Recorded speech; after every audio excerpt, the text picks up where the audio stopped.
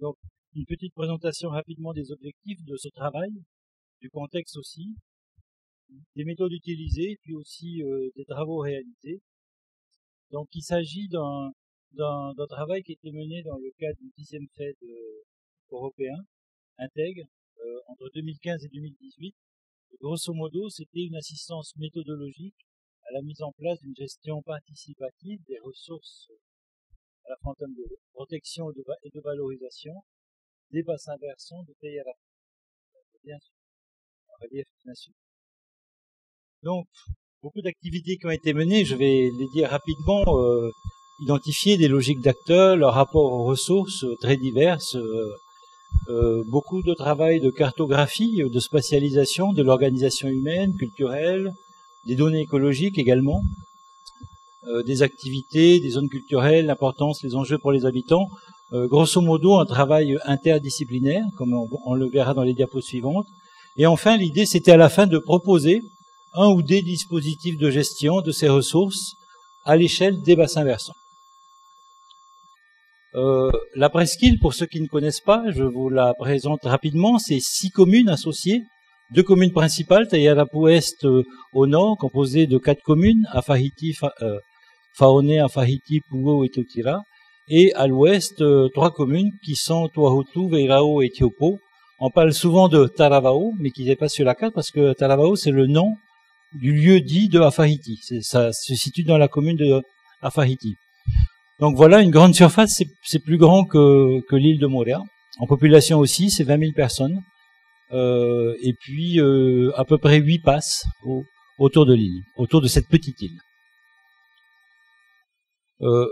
Donc les méthodes, je vous l'ai dit très vite, donc on a beaucoup travaillé, puisque c'est un travail participatif avec les populations locales, beaucoup d'enquêtes auprès de ces populations, à la fois des noms des lieux, l'histoire, les connaissances locales, les activités, les enjeux, les attentes, beaucoup de visites, d'observations, de relevés, des réunions avant, pendant et après l'étude, et puis des différents niveaux de restitution de ce travail.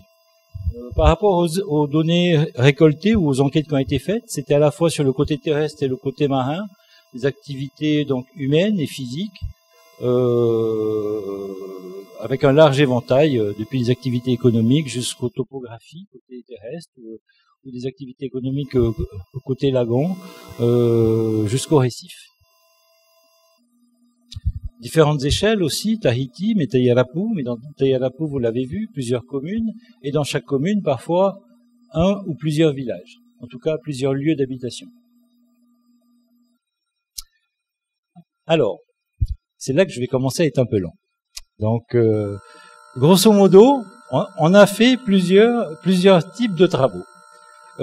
Effectivement, une modélisation de l'érosion à l'échelle de bassins versants, en l'occurrence 2, ça va être les districts de Puo et de Tuahutu. Une cartographie de la sensibilité des sols de ces bassins versants à l'érosion, et puis avec des modèles qualitatifs appliqués à des sites insulaires, à ces sites insulaires. Un autre volet de ce travail de gestion intégrée a été la spatialisation des activités, à la fois culturelles, des toponymes, mais aussi des enjeux de gestion. Une mesure aussi de quelques risques de pollution sur la presqu'île de Tayarapu. Voilà. Je continue, c'est pas fini. Après, on a cartographié la vulnérabilité socio-économique de quartiers à Tayarapu. Je vous expliquerai après en quoi ça consiste et comment ça s'est passé. Un zoning écologique également du lagon, de tout le lagon, de la presqu'île, avec un repérage des zones de nurserie. Ensuite, avec les populations, enfin, tout ça s'est fait avec les populations, mais ensuite, il y a eu quand même l'organisation d'ateliers, de restitution, d'échanges, de partage, de questions, et enfin, des propositions de mise en place d'un réseau de rahui, c'est-à-dire d'aires protégées hybrides, à la fois traditionnelles et plus étatiques, enfin, polynésiens, qui étaient issus de la rencontre des communautés locales, de l'administration et des scientifiques. Voilà.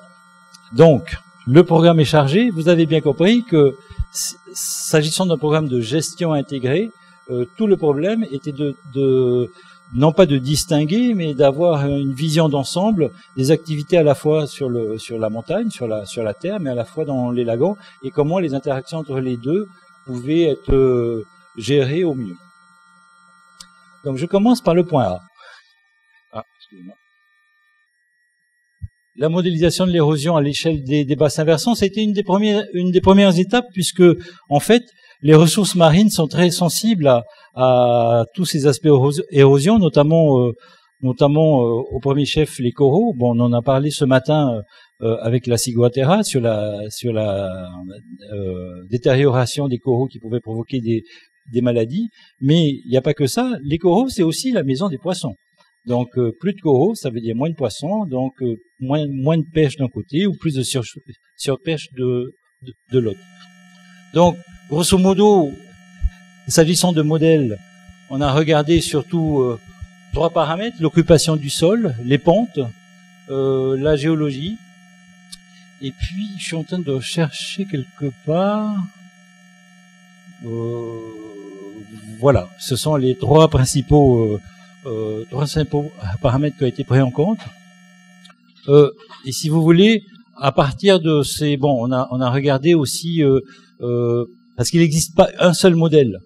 Il en existe au moins 6 ou 7 qui étaient disponibles de modèles de calcul de l'aléa érosion. En fait, on en a utilisé plusieurs. Là, ça se voit pas bien, mais en fait, à gauche, là, c'est la commune de Pu'u. Ici, là. Non, là c'est la commune de Toahutu que je vous ai montré tout à l'heure, donc avec ses pentes. Ici c'est le lagon de Toahutu qui fait 6 km de long en fait, hein, de là à là. Et là c'est la commune de Pu'u. Ici c'est Afahiti, ici Veirao. Donc on montrait que effectivement le risque potentiel de déversement de terre, notamment de sédiments dans le lagon, était extrêmement fort du côté de Pu'u plus qu'il ne l'était à Toahutu, mais c'était à contrebalancer avec l'usage du sol qui lui était plus intense sur Toahutu qu'il ne l'est à Pu'u.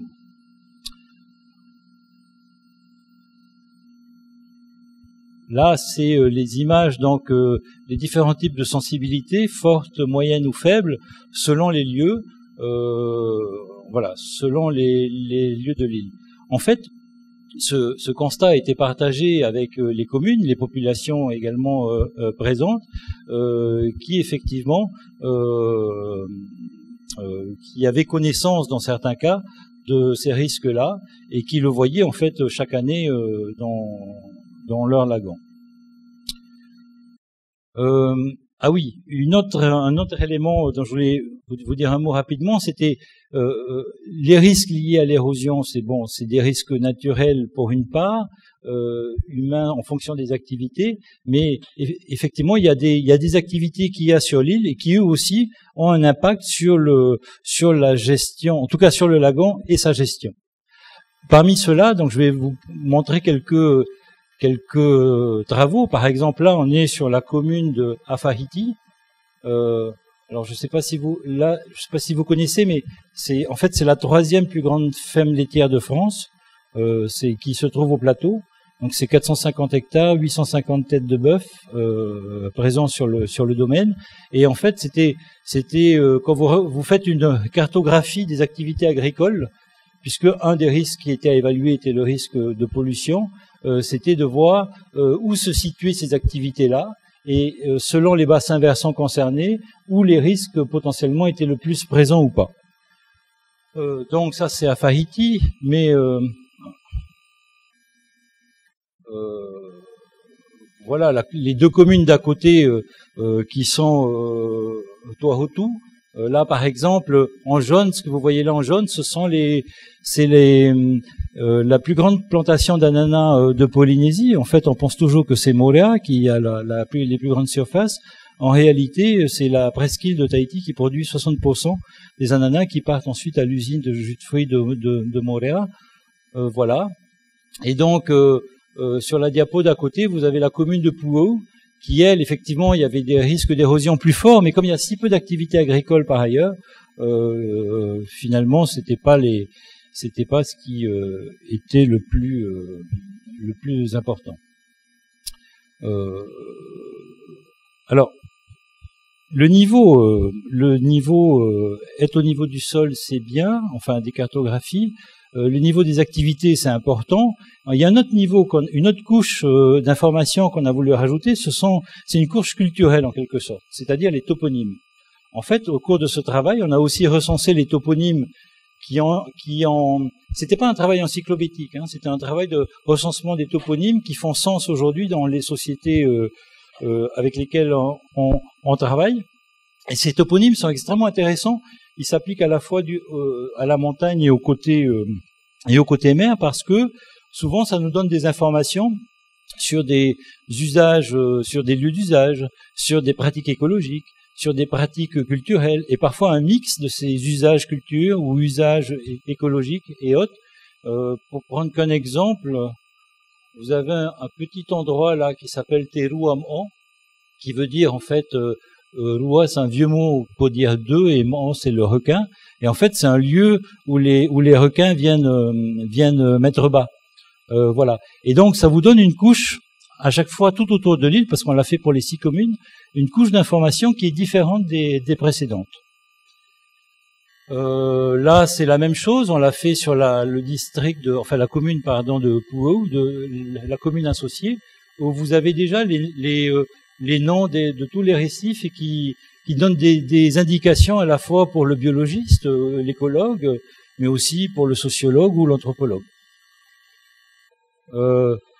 Une fois anonymisées, ces informations en fait ont été classées en culture, écologie, usage, ou un mixte de tout ça, et ça nous donnait des zones à fort enjeu selon les communes. Alors j'ai oublié, j'ai pas mis ceux qui étaient déjà là. Là c'est juste Tautira et puis Tiopo, mais ça nous donnait une idée des enjeux présents en termes de gestion des ressources sur ces zones-là. Mesure du risque de pollution. Après toutes ces couches d'informations, effectivement, demandé par certains acteurs, c'était de mesurer jusqu'à quel point il y avait toutes ces activités humaines sur Tayarapu pouvaient provoquer ou pas des pollutions. Donc, bon, on l'a pas fait partout, mais on a par exemple dans la baie Phaéton mis en place un ensemble de stations pour mesurer à la fois l'eau de surface, les sédiments, à la fois du sel nutritif, les bactéries, des métaux lourds, pour avoir une idée de l'impact des activités sur ces milieux lagonaires. Quelques exemples, ça c'était en 2015 ou 2016. Bon, les nitrates, c'est essentiellement lié à l'agriculture. Donc, en fait, sur l'ensemble de cette zone, effectivement, il y a une corrélation entre ce qu'on retrouve dans l'eau, et ce qu'on retrouve dans les rivières, qui est assez nette depuis 2014. En fait, il y a une corrélation. Et là, les nitrates, c'est essentiellement, voilà, issu des activités qui sont en amont de cette zone-là. Bon, il se trouve qu'entre-temps, il y avait une ancienne, un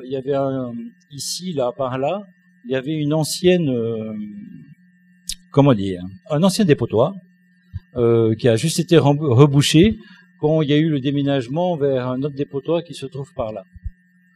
Le silicate est un très bon indicateur de l'érosion parce que c'est une matière, en tout cas ce silicate-là, que l'on retrouve dans les terres de remblai. Et donc, effectivement, ce type de pollution vient plus du côté de la grande île, comme vous le voyez, que du côté de la petite île. Voilà, vous l'avez compris, hein. Plus c'est bleu, mieux ça va, et plus c'est violet, plus c'est délicat. Les métaux lourds, donc il y a aussi le nickel et le fer, qui sont extrêmement présents sur la zone. Alors, vous allez comprendre tout à l'heure pourquoi ces mesures de pollution ont été extrêmement utiles pour la gestion intégrée. C'est pas parce que, objectivement, il y a des pollutions ou pas, mais c'est aussi parce que les suivis écologiques vont montrer qu'on est aussi présent sur des zones de grande nurserie. de plein d'espèces de poissons lagonaires, et que donc l'accumulation des pollutions, des nurseries et autres posait de nouveaux problèmes intéressants, on va dire. Voilà. Pour éviter que vous me posiez la question tout à l'heure de savoir si c'est d'origine humaine ou naturelle, je vous réponds tout de suite. En fait, on est incapable de distinguer les deux, si c'est humain ou naturel, puisque naturellement, les îles volcaniques sont riches en fer, sont riches en nickel, et que pour répondre précisément à la question que vous auriez pu me poser tout à l'heure, il aurait fallu qu'on fasse des prélèvements bien en amont des activités humaines, ce qui n'a pas été fait ici. Très intéressant.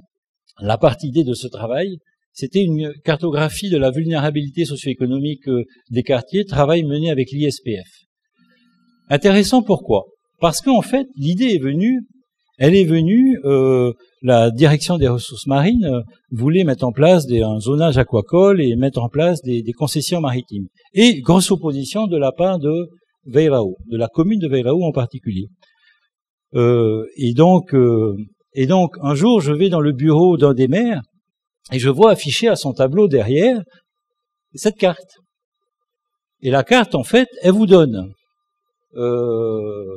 la localisation. Donc, il y a plusieurs quartiers dans la même commune qui ont des noms, et avec la localisation de familles nécessiteuses, où habitent les employés communaux, où sont les infrastructures communales,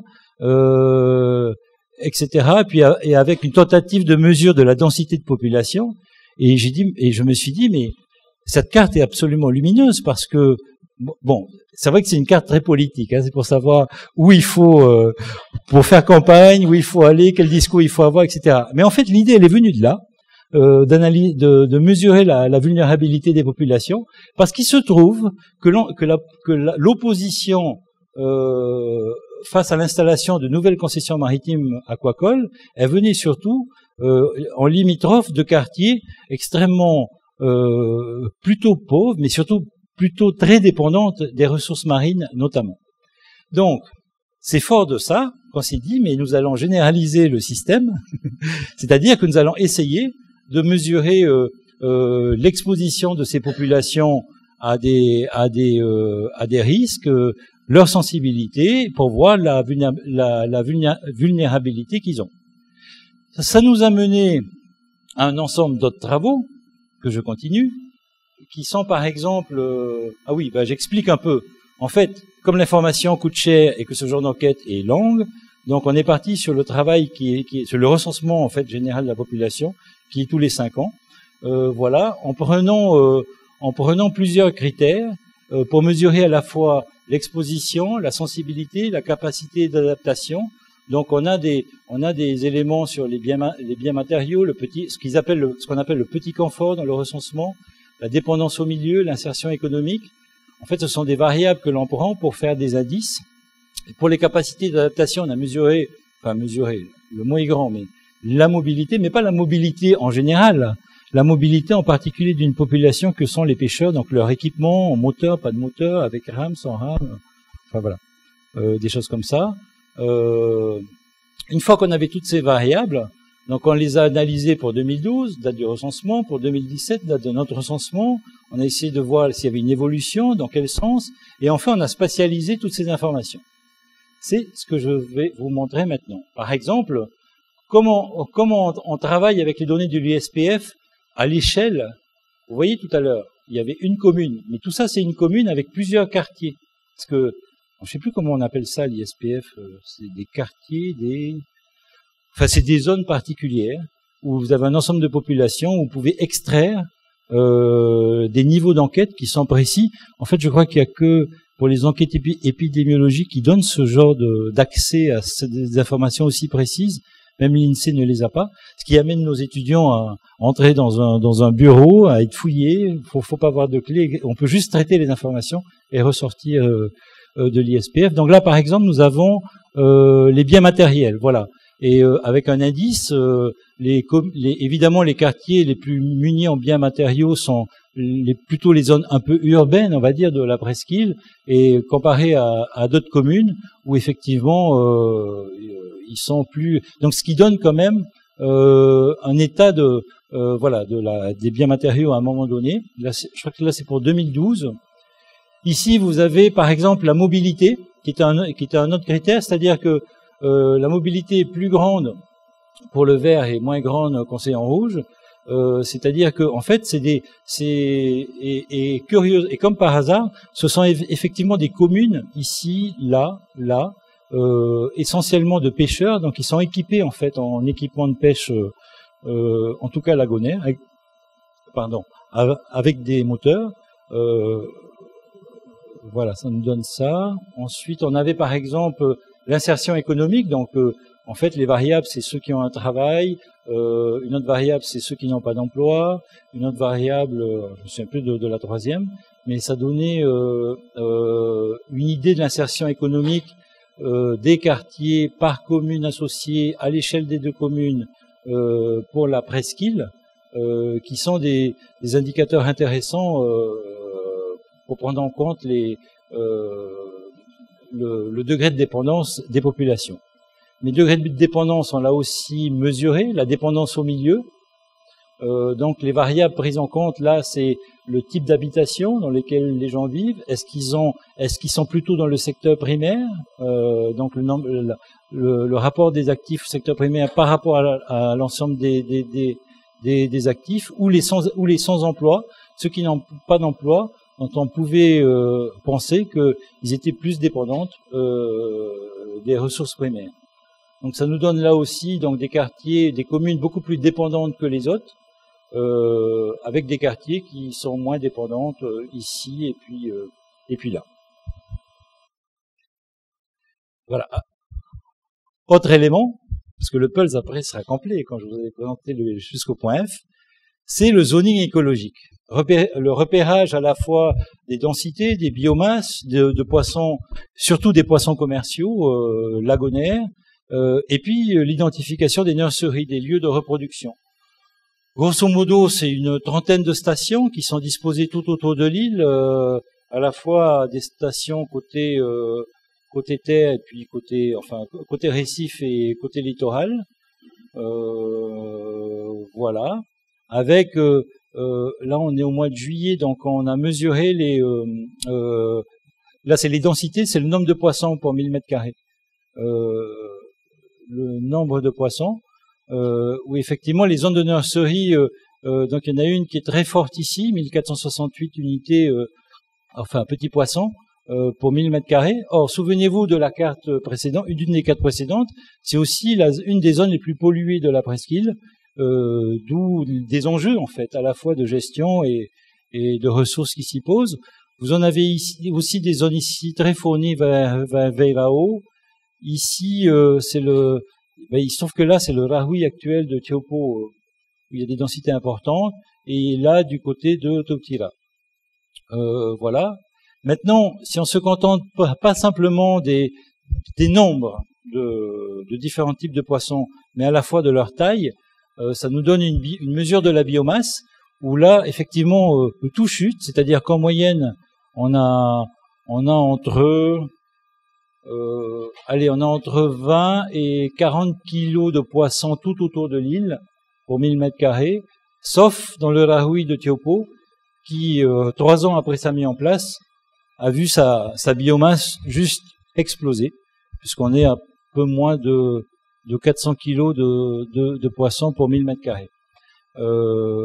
Ces densités sont plutôt un peu au-dessus de la moyenne de Tahiti et Moorea réunis. Voilà.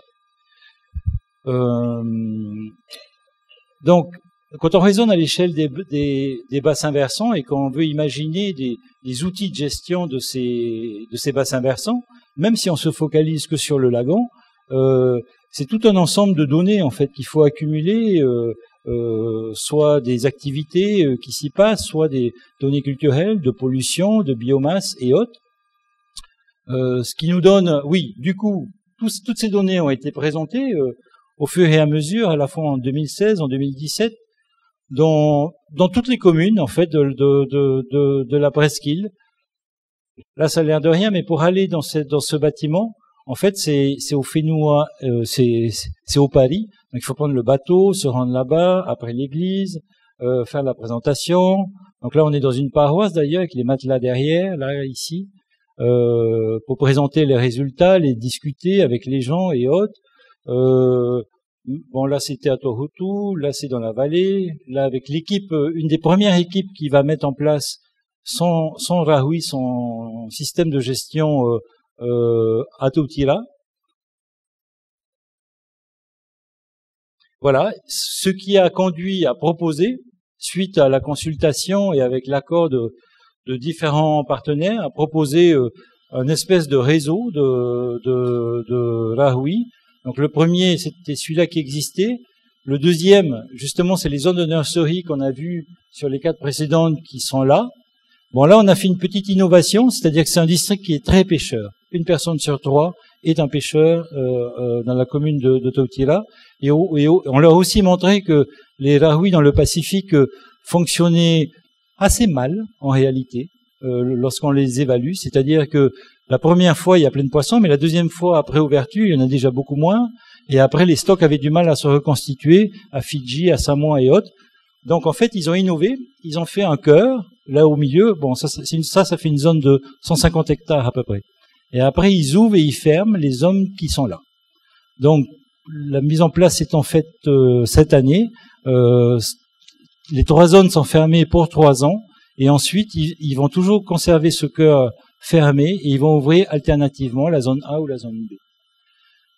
Idem pour là, la commune de Pu'u, où effectivement, eux, ils ont voulu protéger non pas tant du littoral jusqu'au récif, mais vraiment une zone de reproduction d'un poisson très recherché, commercial extrêmement recherché. C'est un poisson à cornes, on appelle le houmé. Et enfin, d'autres zones de nurserie qui ont été classées ici, dans ces baies-là. Voilà. Comme je vous l'ai montré tout à l'heure dans d'autres cartes, bien qu'il y avait un projet à Veirao, ils n'ont pas voulu donner suite parce que ils sont tellement dépendants du lagon que de la pêche que ils avaient déjà beaucoup de mal à y accéder aujourd'hui. Je crois que c'est tout. Merci beaucoup pour votre attention. Voilà.